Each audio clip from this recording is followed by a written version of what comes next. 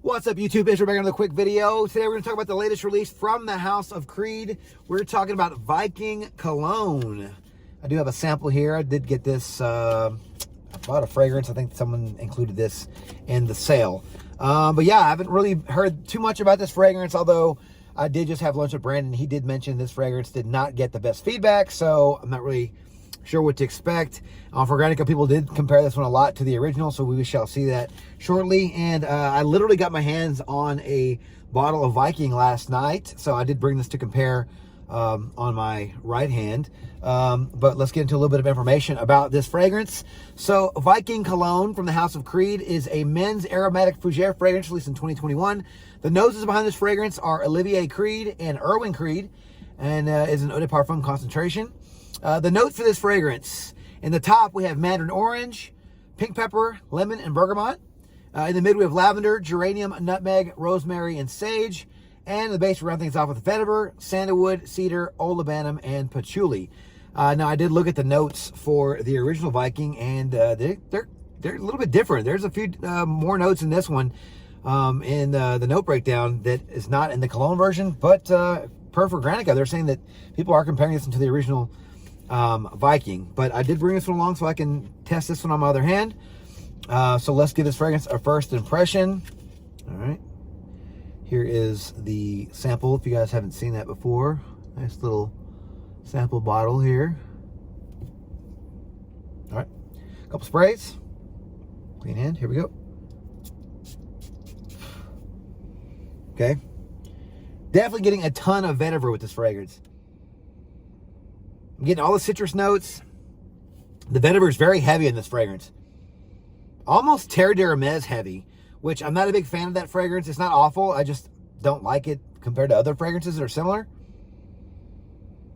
Yeah, this is very citrusy, very earthy. Definitely getting the patchouli because it's a little dirty. I'm not sure if that's just from the vetiver, but I feel like I'm getting patchouli mixed with that vetiver. So it's very earthy, very dirty. It's fresh, definitely quality here. It smells nice. Unfortunately, it does remind me a lot of Terre d'Hermes right now in the opening. Like, pretty similar. Obviously, if I had them side by side, they probably would smell different just because they have different scent profiles. But just the fact that I can get these the citrus notes with that vetiver definitely screams a Terre d'Hermes type of fragrance. It's starting to change a little bit. It's actually getting soapier. It's getting like an old school feel, sort of like an Acqua di Parma, like their release like Colonia, you know, those types of fragrances. So if you were to get like the dirtiness and the earthiness of Terre d'Hermes, and you add a little bit of that soapy, floral sort of freshness from an Acqua di Parma fragrance like Colonia or Colonia Absolute, one of those, then you'll get Viking Cologne. I don't even know if I have to spray my other arm or my other hand with the original Viking, because right now I'm not seeing that many similarities, honestly. I will just for the video, just because I brought it, and I will. But honestly, right now, I don't think that they're going to be very similar. I'm not getting. I mean, yeah, it's a different take on Viking. Viking is greener, it's creamier, it's sweeter. I think Viking even has tonka bean in the base. There's something a little sweeter, a little creamier. I want to say there's nutmeg in both of these, but the nutmeg in this smells more like a gourmand sort of nutmeg. Yeah, this definitely is a Cologne version of Viking, if you will. I still don't get the similarities to the original Viking with the Viking Cologne. But this is a fresh cologne, like a fresh, you know, when you see the word cologne in a fragrance, you're going to think of this. This is like a fresher, summerier version of Viking, even though I don't get a lot of the Viking DNA. Viking is, comparing the two on my arm, Viking's way sweeter. I never thought that Viking was like a sweet, sort of tonka bean sort of fragrance, but comparing these two, it's definitely very sweet. It's creamy, it's green, it's fresh. I think The original Viking has mint in it, so I'm getting a lot of the mint. But this fragrance isn't bad. I just don't get Viking. I don't see the comparisons in the two. I don't see why they would name it Viking, besides the fact that it comes in the same color bottle. But trying these side by side, honestly, I'm not really getting that many similarities. So I'm not sure if that's a good thing or a bad thing. If you're a fan of Terre d'Hermes or fragrances like that, you might want to try Viking Cologne. If you're a fan of Acqua di Parma, you might want to try Viking Cologne. But right now, I'm not really getting blown away by this one. I do think this will smell really nice in the summer. This is very inoffensive. If you don't like vetiver in your fragrances, you're not going to like this one. Because this vetiver is very, very true and very strong. And like I said, I'm going to stick with the Terre d'Hermes comparison because that one does come to my recollection faster. People in Fragrantica put the original Viking #1 on this. What this reminds me of, but not me. I think Terre d'Hermes is definitely going to be what you get out of this one, like right off the bat. Yeah.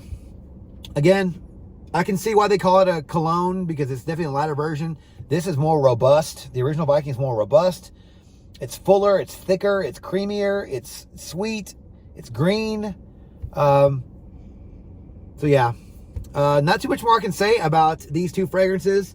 But actually, I have grown to, in the last couple of minutes, grown to really appreciate Viking more for what it is because comparing it to this one, these aren't the same, and this one just seems, it has a lot more going on with it, and I can definitely respect Viking more for that. Viking Cologne, not so much. It actually kind of smells like a designer fragrance. Now, obviously, I'm not going to go into the dry down or have an update for this video unless it just really needs one. But right now, I can pretty safely say this fragrance isn't going to change too much. And I do think that you are going to get like a fresh, zesty, green, floral. I'm starting to get the geranium quite a bit. I'm not a big fan of geranium either. But the geranium gives it a bit of that old school feel.